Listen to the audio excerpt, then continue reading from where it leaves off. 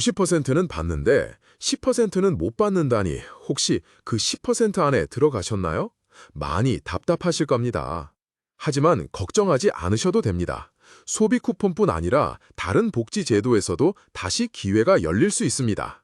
오늘은 중위소득 210% 기준을 이해하고 지금부터 어떤 준비를 하면 되는지 알려드리겠습니다. 저는 지난 15년간 현장에서 어르신들의 연금, 복지 상담을 해온 사회복지사 박성민입니다. 여러분, 지금 마음이 많이 무거우실 겁니다. 왜 나는 탈락했을까? 왜 우리 집은 안 되는 걸까? 하고 자책하시는 분들도 계시고 정부가 너무 야박하다 하고 서운해하시는 분들도 계십니다. 저는 현장에서 수많은 어르신들을 만나면서 이런 한숨을 수도 없이 들어왔습니다. 그래서 오늘만큼은 제가 드리고 싶은 첫 번째 말씀을 꼭 전하고 싶습니다. 절대 낙심하지 않으셔도 됩니다. 실제로 제가 상담했던 김말순 어르신도 이번 2차 소비 쿠폰에서 탈락하셨습니다.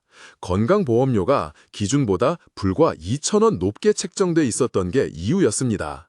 처음엔 너무 억울해하시며 나는 도대체 왜 이렇게 운이 없냐고 하셨습니다.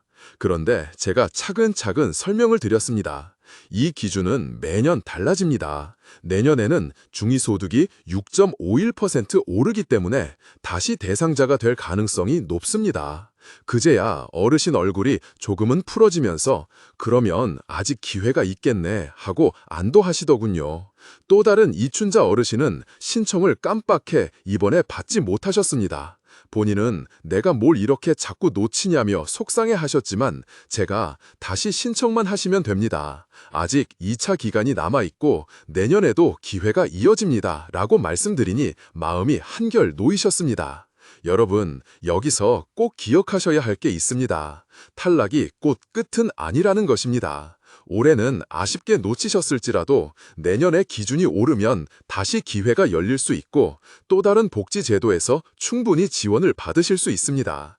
그러니 너무 낙심하지 마시고 오히려 이번 기회를 우리 가정의 소득과 건강보험료를 점검하는 계기로 삼으시면 됩니다. 저는 박성민 사회복지사로서 앞으로 10분 동안 이 과정을 하나씩 풀어드리겠습니다. 이제 다음에서는 왜 이런 일이 생기는지, 중위소득 210%라는 기준이 어떻게 계산되는지 차근차근 알려드리겠습니다. 여러분, 이제 제가 꼭 설명드리고 싶은 게 있습니다. 왜 같은 동네, 같은 형편인데 어떤 분은 받고 어떤 분은 탈락하는지 그 기준이 바로 중위소득 210%이기 때문입니다. 그런데 많은 분들이 이 말을 들으면 너무 어렵다 하고 포기해버리세요.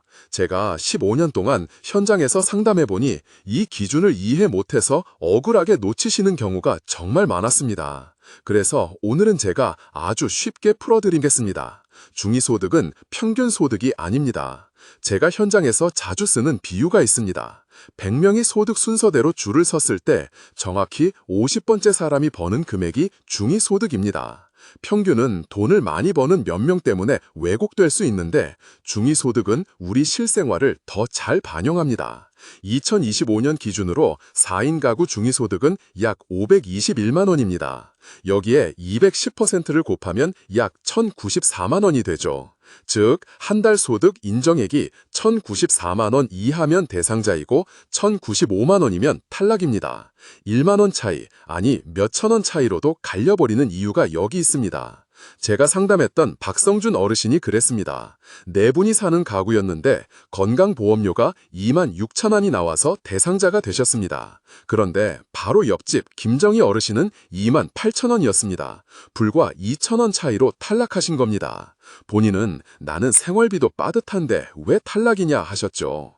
사실 두 집 형편이 거의 같았는데 건보료 산정에서 아주 작은 차이가 결과를 갈라놓은 겁니다. 여기서 제가 꼭 드리고 싶은 말씀은 이 기준이 무섭게도 엄격하지만 동시에 매년 달라진다는 겁니다. 내년에는 중위소득이 6.51% 오릅니다. 올해 1,095만 원으로 아깝게 탈락하신 분들도 내년에는 기준 안으로 들어올 수 있다는 뜻입니다. 그러니 지금 당장 탈락했다고 해서 너무 좌절하지 않으셨으면 합니다. 저는 현장에서 늘 이렇게 말씀드립니다. 한 번 탈락했다고 해서 끝난 게 아닙니다. 기준은 매년 바뀌고 다시 기회는 찾아옵니다. 잠깐 10초만 제 질문에 답해 보실까요? 우리 집 건강보험료 고지서, 지금 금액이 정확히 얼마인지 떠오르시나요? 지난달보다 조금이라도 올랐는지 확인해 보셨나요? 이 두 가지를 확인하시는 것만으로도 지금이 어디쯤에 있는지 감이 잡히실 겁니다. 이제 다음에서는 실제로 이런 기준 때문에 억울하게 탈락하신 분들의 사례를 보여드리겠습니다. 사례를 통해 여러분이 겪으셨던 불안과 억울함이 결코 혼재가 아니라는 걸 확인하실 수 있을 겁니다. 제가 현장에서 만난 탈락 사례를 몇 가지 들려드리겠습니다. 아마 들으시면서 아, 우리 집도 비슷하다 하고 공감하실 겁니다. 먼저 김창수 어르신 이야기입니다. 네 분이 함께 사는 가구였는데 건강보험료가 26,000원으로 기준선 안에 들어서 이번 소비 쿠폰을 받으셨습니다. 그런데 바로 옆집 박영호 어르신은 28,000원이었습니다. 불과 2,000원 차이로 탈락하신 겁니다. 두 분 다 은퇴하시고 형편도 비슷했는데 결과는 완전히 달라졌습니다. 박영호 어르신은 이게 말이 되냐? 나는 갑자기 부자가 된 것도 아닌데 라며 억울해하셨습니다. 비슷한 사례가 또 있습니다. 이순자 어르신은 아들과 함께 사는 3인 가구였는데 소득이 885만 원 이하여서 수급 대상이 되셨습니다. 그런데 같은 마을 최정희 어르신 댁은 아들이 아르바이트 소득을 신고하면서 합산 금액이 890만 원으로 잡혔습니다. 불과 몇만 원 차이인데 탈락이었습니다. 아들은 내 알바비 몇만 원이 부모님 혜택을 막아버린 거냐며 속상해했죠. 또 오상길, 장말순 어르신 부부의 사례도 있습니다. 두 집 다 은퇴하시고 비슷한 생활비로 지내셨습니다. 그런데 오상길 어르신은 자녀가 현금으로 생활비를 들여서 통장에 찍히지 않았습니다. 반대로 장말순 어르신은 자녀가 목돈을 통장에 넣어드렸다가 이자가 발생해 금융소득으로 잡혔습니다. 결국 기준을 초과해 탈락이었죠. 두 분 다 같은 형편인데 결과는 달라졌습니다. 이런 사례들을 보면 누구나 억울하고 속상할 수밖에 없습니다. 하지만 제가 늘 드리는 말씀은 이런 억울한 경우가 결코 나만의 일이 아니다라는 겁니다. 수많은 가정이 비슷한 이유로 탈락하고 또 내년에 다시 기회를 얻기도 합니다. 여러분이 혹시 탈락하셨더라도 절대 혼자가 아닙니다. 지금 이 순간에도 수많은 분들이 같은 경험을 하고 계십니다. 중요한 건 왜 탈락했는지를 아는 겁니다. 그래야 다시 기회가 왔을 때 준비할 수 있습니다. 이제 다음에서는 단순히 소득과 건보료 차이 말고 애초에 제도상 제외되는 경우가 있다는 걸 알려드리겠습니다. 고가주택이나 금융소득이 일정 수준 이상인 경우가 바로 그렇습니다. 방금까지 말씀드린 건 소득이나 건강보험료에서 아슬아슬하게 갈리는 경우였습니다. 그런데 어떤 분들은 애초에 제도상 제외 대상이 되기도 합니다. 이런 경우를 들으면 더 억울해하시지만 사실 제도가 정해놓은 장치라서 피하기가 어렵습니다.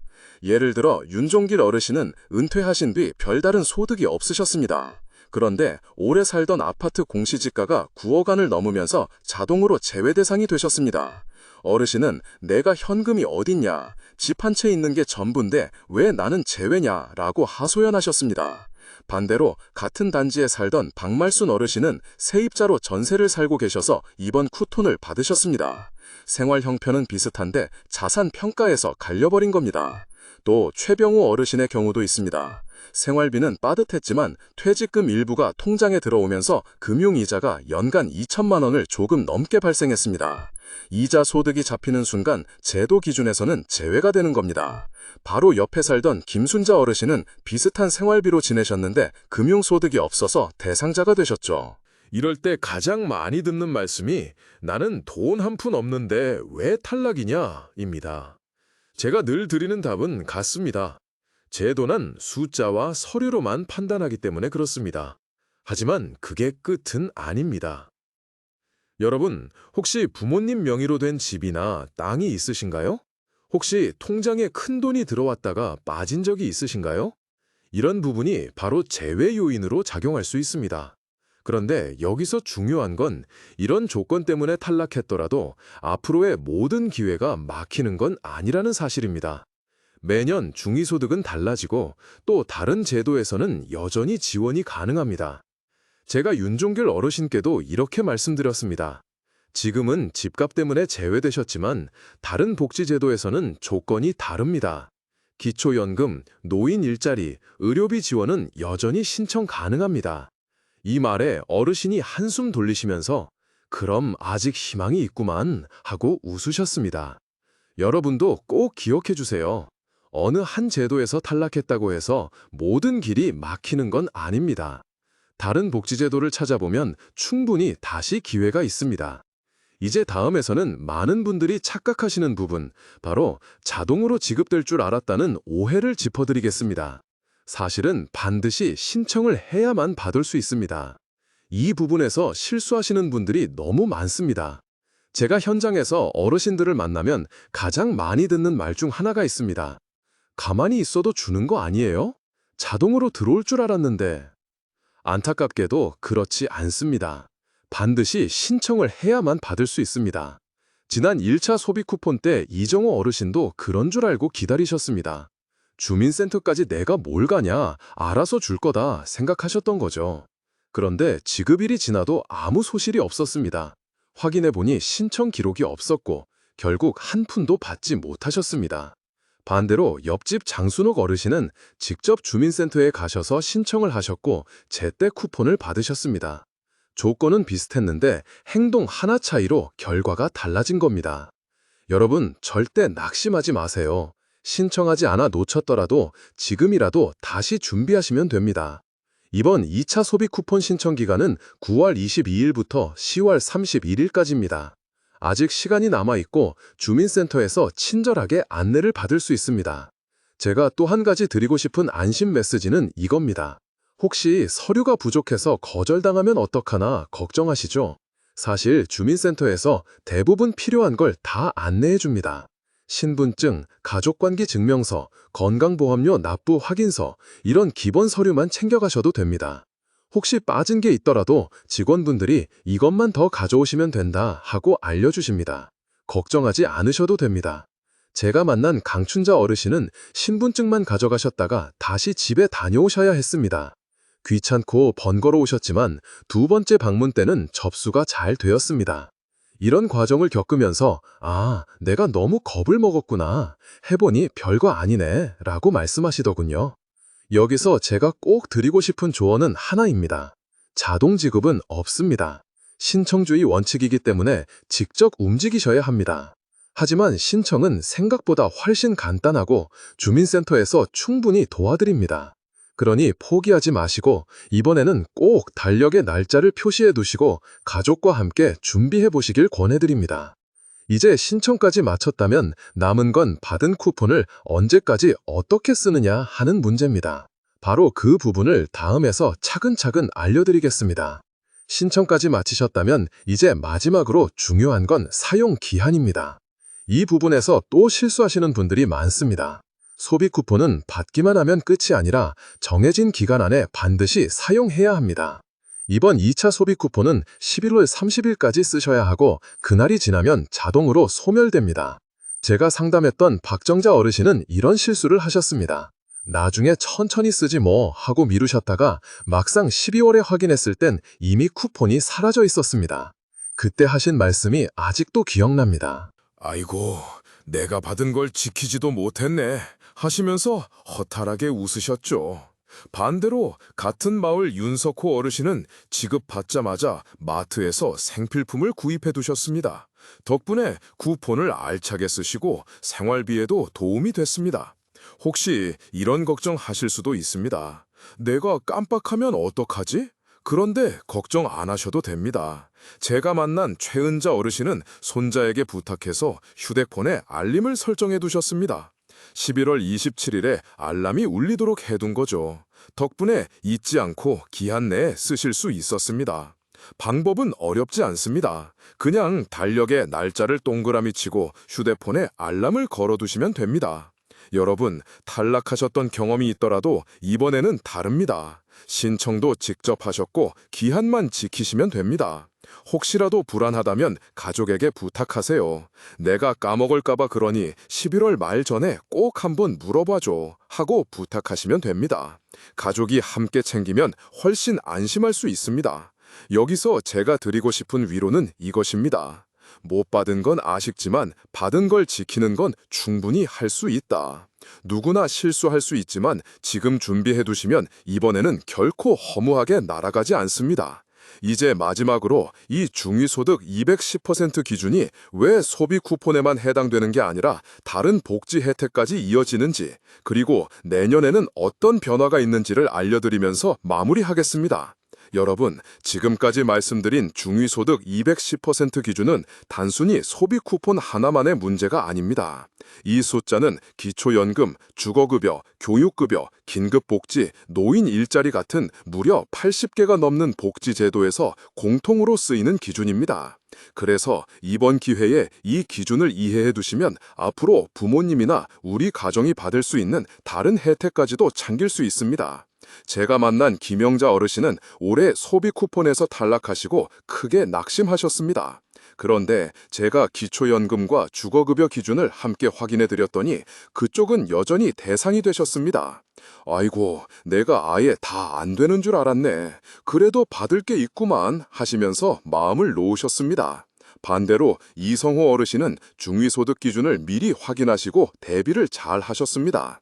소비 쿠폰은 물론이고 노인 일자리, 교육급여 지원까지 이어서 받으셨습니다. 결국 같은 조건인데 알고 준비했느냐가 가장 큰 차이를 만든 겁니다. 또 희망적인 소식이 있습니다.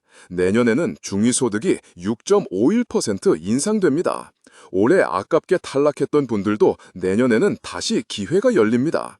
박순덕 어르신도 올해는 몇만 원 차이로 기준을 넘겨 탈락했지만 내년에는 인상분 덕분에 다시 대상자가 되실 가능성이 높습니다.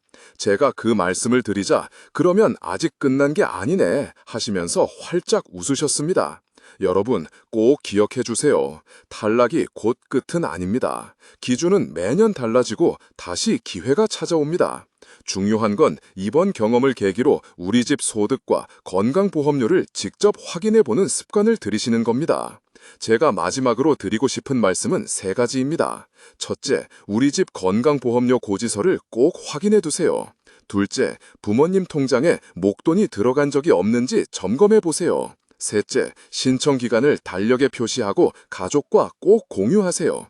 저는 지난 15년 동안 어르신들의 복지 상담을 하면서 가장 보람찼던 순간이 있었습니다. 상담이 끝나고 어르신이 제 손을 꼭 잡고 덕분에 받았어요, 고마워요 라고 말씀해 주실 때였습니다.